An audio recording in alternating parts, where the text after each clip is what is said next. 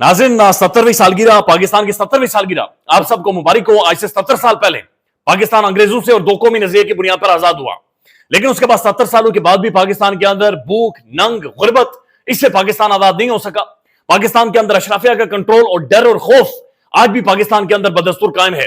हाँ, बाजा बजा सकते हैं आप, बड़ी बड़ी तकरीबें कर सकते हैं आप, इस झंडे को उठाकर सड़कों पर घूम सकते हैं, लेकिन आप एक सियासी जमात का या सियासी आइडियोलॉजी का झंडा आज भी पाकिस्तान के अंदर नहीं लेकर जा सकते। आज भी पाकिस्तान के अंदर बोलने की आजादी नहीं है। आज भी पाकिस्तान के अंदर क्रिटिकल चीजों के ऊपर आप बातचीत या गुफ्तगू नहीं कर सकते। आज भी पाकिस्तान के अंदर जबरदस्ती आपसे मुहिब्बे वतन होने का सर्टिफिकेट लिया जाता है, बाकायदे से ठप्पा लगाया जाता है कि क्या आप मुहिब्बे वतन हैं या मुहिब्बे वतन नहीं है।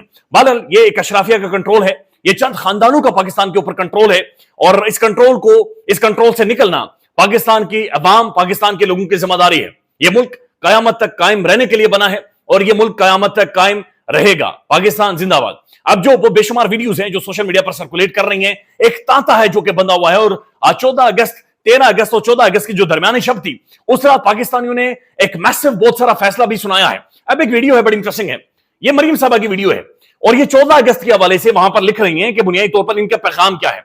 मरीम साहबा जिस तरीके से लिख रही हैं, मुझे अपना वो दौर याद आ गया जब हमारे असातिज़ा इकराम हमें कहा करते थे, या फिर सोटी लेकर सर के ऊपर खड़े होते थे और कहते थे कि लिख लिख। यानी कि वीडियो देख लें, बड़ी इंटरेस्टिंग वीडियो है, एक दफा इसे देखें।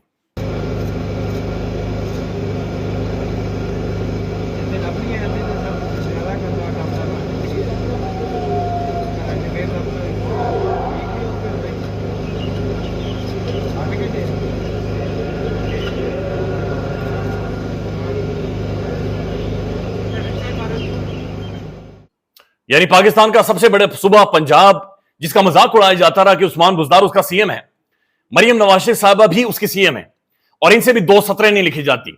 यानी इनके लिए लिखना अजाब बन गया है।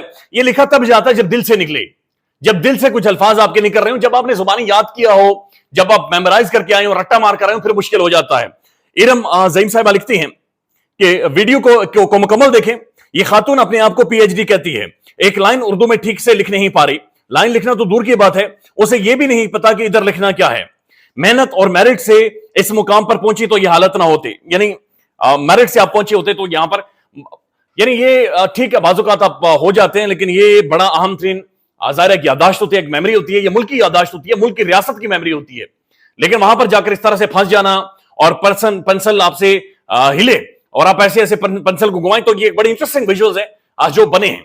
अब एक और वीडियो है, और जियो न्यूज के ये बड़े तगड़े रिपोर्टर हैं, ये रिपोर्टिंग कर रहे हैं, लेकिन उस रिपोर्टिंग के दौरान हम ये देख रहे हैं कि ये इमरान खान के मास्क एक नौजवान के चेहरे से उतार लेते हैं। उसके बाद क्या हुआ है, ये वीडियो भी देख लें। ये बिल्कुल आजादी का जश्न हो और पेशावर के शहर इसको सेलिब्रेट ना करें, ये कैसे मुमकिन हो सकता है। मैं इस वक्त सदर में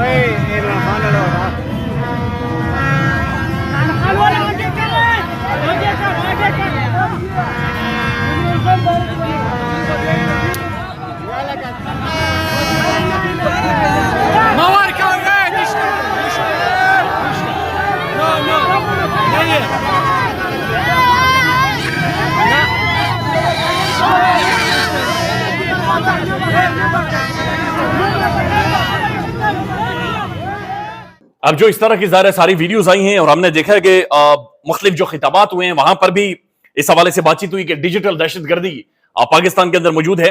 अली सलमान अलवी साहब लिखते हैं कि क्या कैमरामैन का जूम करना, और जूम उस जगह पर करना जहां पर मरीम साहबा लिख रही हैं और उनसे लिखा नहीं जा रहा, जूम करना भी डिजिटल दहशतगर्दी के जिम्मे में आएगा, क्या फरमाते हैं? इसके ऊपर जाहिर उन्होंने सवाल पूछा है। रिजवान खलजाई साहब लिखते हैं, पंजाब वाले वाकई बड़े बदकिस्मत हैं, कभी उस्मान बुज़दार तो कभी मरियम नवाज शरीफ, और जाहिर ये सारे विजुअल्स हैं जो कि मौजूद हैं। अब जनरल फैज, साबिक आईएसआई के चीफ, साबिक कोर कमांडर पेशावर, और ये पाकिस्तान के अंदर फैलाया जाता रहा कि इमरान खान के दोस्त हैं, लेकिन जनरल फैज ने जितनी गेम इमरान खान के साथ की है, ये गैर मामूली है।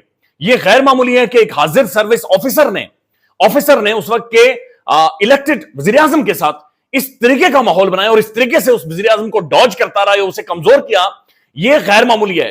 डीजीआईएसपीआर की जो प्रेस रिलीज है उसमें यह कहा गया कि जनाब आर्मी एक्ट के तहत कार्रवाई की जाएगी कि जनाब रिटायरमेंट के बाद जो इन्होंने एक्टिविटीज की हैं, ये रिटायरमेंट से जो पहले की बाद जो एक्टिविटीज हैं जनरल फैज की, ये इंतहाई खौफनाक है। पहले ये बैरिस्टर मुनीर फारूक साहब की एक वीडियो देख लें जिसमें ये बाकायदे से बयान कर रहे हैं कि जनरल फैज ने मियां नवाज शरीफ साहब को कॉल की, वीडियो कॉल की, और जनरल फैज अपने आंसू बहाकर रोते रहे कि मुझे मियां साहब आर्मी चीफ बना दें, मैं आपकी हर बात मानूंगा, और मियां साहब मैं आपसे माफी भी मांगता हूं।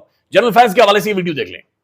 मियां नवाज शरीफ साहब को एक वीडियो कॉल की जिसमें उन्होंने बाकायदा मियां नवाज शरीफ से माफ़ी मांगी, और कहने वाले ये कह रहे हैं कि जी वो तो आंसुओं से रो रहे थे, और उन्होंने सर पर हाथ रखा, शायद गालिबन अपनी साहबजादी के, कि जी मैं आप इसके सर पे हाथ रख के आपसे माफ़ी मांगता हूँ और मुझे माफ़ कर दीजिए, मेरे से आपके साथ बड़ी ज़्यादती हो गई, तो आप मुझ पर एतबार कर सकते हैं और पाकिस्तान का आर्मी चीफ बनाने के लिए मुझे कंसिडर करें। अब इसी तरह की गुफ्तगू मोहसिन बेग साहब ने बाकायदा से ट्वीट किया है, प्रोमिनेंट जर्नलिस्ट हैं, और वो ये कहते हैं कि मियां नवाज शरीफ साहब को जनरल फैज ने ये कहा था कि मैं इमरान खान को फिक्स कर दूंगा, यानी हमने इमरान खान को फिक्स कर देना है। और ये आदिल शाहजेब साहब के शो में इरफान सिद्दीकी साहब ने इस बात की तस्दीक की है।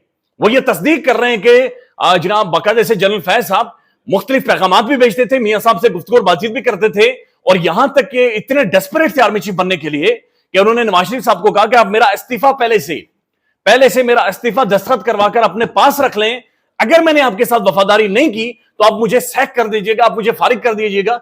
ये सुन लें, और ये जनरल फैज का चेहरा गौर से देखें, जनरल फैज के इक़दामात को गौर से देखें, जनरल फैज की डेस्परेशन को गौर से देखें, और इस बात को समझें कि पाकिस्तान का एक हुकूमत को किस तरीके से कमजोर किया गया। सिर्फ एक शख्स ने, चंद अशखास ने मिलकर पाकिस्तान के साथ क्या खिलवाड़ किया कि अभी तक पाकिस्तान दोबारा से स्टेबलाइज नहीं हो सका। ये सुन लें इरफान सिद्दीकी साहब क्या कह रहे हैं। यकीनन कह रहे थे और बावर करा रहे थे जी कि आप मुझे बेशक मेरा इस्तीफा रख लें, लिख के मैं उस पर साइन कर देता हूं, लेकिन अगर मैं आपकी उम्मीदों पे पूरा ना उतरूं तो आप निकाल दें। कुछ और भी मुख्तलिफ वीडियो सोशल मीडिया पर आ रही हैं, जहां पर डॉक्टर रमेश कुमार जो पहले मियां साहब के साथ थे, फिर इमरान खान के साथ हुए, फिर आगे चले गए। तो डॉक्टर रमेश कुमार साहब बड़ी इंटरेस्टिंग पर्सनैलिटी है, ये हर सेटअप के अंदर शामिल होते हैं। ये वो परिंदे जिन्हें बता दिया जाता है कि हरियाली इधर है, इधर जाना है। डॉक्टर रमेश कुमार साहब ये कह रहे हैं कि इनके पास 2 महीने हैं, 2 महीने के अंदर अगर ये खुद को हुकूमत बचा लेती है, या 2 महीने के अंदर कोई ऐसे फैसले कर लेती है तो बच जाएंगे, नहीं तो इनके लिए मुमकिन नहीं होगा।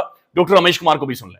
हालात बहुत खराब है, और मुझे आगे 1-1.5 महीने में बहुत और ज्यादा खराब होते हुए और टकराव होते हुए नजर आ रहा है। तो कौमी हुकूमत बनती देख रहे हैं आप? कुछ भी हो सकता है, मगर 1-1.5 महीना बहुत क्रिशियल है मुल्क के अंदर। अब जुल्फी बुखारी साहब जो इंटरनेशनली तहरीक इंसाफ की कोऑर्डिनेशन करते हैं बैनुल अक़वामी मीडिया के साथ, उनका एक इंटरव्यू छपा है, ये वी न्यूज पर छपा है, और Zubair Ali Khan prominent young journalist है, इन्होंने इनका इंटरव्यू किया है, और इस इंटरव्यू में उन्होंने आर्मी जो अब DGISPR है उनके हवाले से गुफ्तगू और बातचीत की है। लेकिन उससे पहले ये जनरल फैज के रोल के ऊपर ये बातचीत करते हुए कहते हैं कि शहबाज शरीफ के बेटे ने जनरल फैज हमीद का नाम आर्मी चीफ के लिए तजवीज किया था। हमजा शहबाज ने आर्मी चीफ के लिए ISI उस वक्त के जनरल फैज हमीद की तजवीज किया था बाकायदा। पाकिस्तान में कहा जाता है कि इमरान खान उन्हें आर्मी चीफ बनाना चाहते हैं, लेकिन असल में नून लीग और शहबाज शरीफ साहब के बेटे उन्हें आर्मी चीफ बनाना चाहते थे। पाकिस्तान तहरीक इंसाफ के रहनुमा साबिक वजीर जुल्फी बुखारी ने दावा किया कि शहबाज शरीफ के बेटे सलमान शहबाज ने जनरल फैज हमीद का नाम आर्मी चीफ के लिए तजवीज किया था। जनरल फैज हमीद की गिरफ्तारी फौज का अंदरूनी मामला है, एस्टेब्लिशमेंट को ऐसी हरकतें नहीं करनी चाहिए जिनसे उनको शर्मिंदगी उठानी पड़े। जुल्फी बुखारी ने वी न्यूज के साथ गुफ्तगू करते हुए कहा कि जनरल फैज हमीद का नाम PTI के साथ जोड़ा जाता है, लेकिन हकीकत यह है कि सलमान शहबाज ने जनाब ये हमजा शहबाज नहीं, सलमान शहबाज ने वज़ीर आज़म शहबाज शरीफ को जनरल फैज हमीद का नाम आर्मी चीफ के लिए तजवीज किया था, और उन्होंने अपनी तरक्की के लिए लॉबिंग की, यानी कि नून लीग और खासतौर पर शहबाज शरीफ साहब के बेटों के जरिए जनरल फैज लॉबिंग करते रहे। वाज़ेह है कि जनरल फैज हमीद की गिरफ्तारी के बाद वजीर दिफा ख्वाजा आसिफ ने भी एक निजी टीवी पर बातचीत की है, और ये सारी गुफ्तगू हुई है।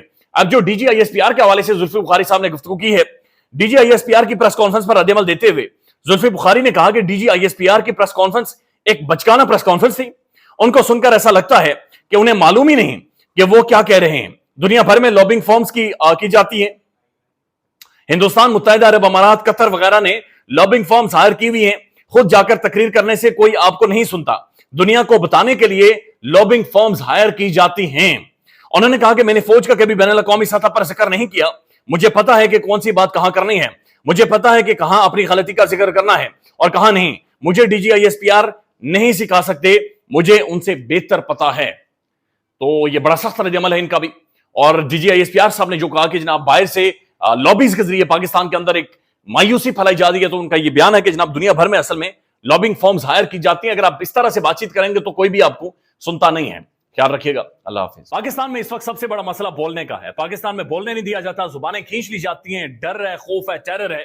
पाकिस्तान का मीडिया मुकम्मल तौर पर कंट्रोल्ड है, वेल मैनेज्ड है, एक मैसिव सेंसरशिप है। इसी तरह का दबाव पाकिस्तान में सियासत.pk भी फेस कर रहा है, जिसे पाकिस्तान भर में गुज़श्ता कई महीनों से मावरा आइन, मावरा कवानीन मुकम्मल तौर पर बंद कर दिया गया है, मुकम्मल तौर पर बैन कर दिया गया है। सियासत.pk की नशरियात को लिमिटेड करके पाकिस्तान में छोड़ दिया गया है। तमाम तर कानूनी मवाज के ऊपर आवाज उठाई गई, दस्तक दी गई, लेकिन हर तरफ से खामोशी है, सन्नाटा है, कहीं पर कोई सुनवाई नहीं है, कोई सुनने को तैयार नहीं है। लेकिन इसका हल क्या है? क्या खामोश हो जाए? क्या सवाल ना करें? क्या मालूमात आप तक ना पहुंचाएं? क्या इंफॉर्मेशन आप तक ना पहुंचाएं? मालूमात भी पहुंचेगी, इंफॉर्मेशन भी पहुंचेगी, सवालात भी उठेंगे, लेकिन अब आपने रोल प्ले करना है, आपने अपना किरदार अदा करना है। और छोटा सा एक प्रोसीजर है, प्रोसेस है, उसके बाद आप अपना किरदार अदा करें और हमारी मदद करें। पहले आपने यह करना है कि हमारे यूट्यूब चैनल को सब्सक्राइब करना है, उसके बाद ज्वाइन के बटन के ऊपर जाना है, क्लिक करके हमारा मेंबर बनना है। या फिर दूसरा ऑप्शन यह है कि आपने वीडियो की डिस्क्रिप्शन में जाना है, वहां पर पैट्रियन का लिंक मौजूद होगा, उस लिंक के ऊपर क्लिक करें और हमें सपोर्ट करें, हमारा हिस्सा बने, हमारी ताकत बने। ख्याल रखिएगा। अल्लाह हाफिज।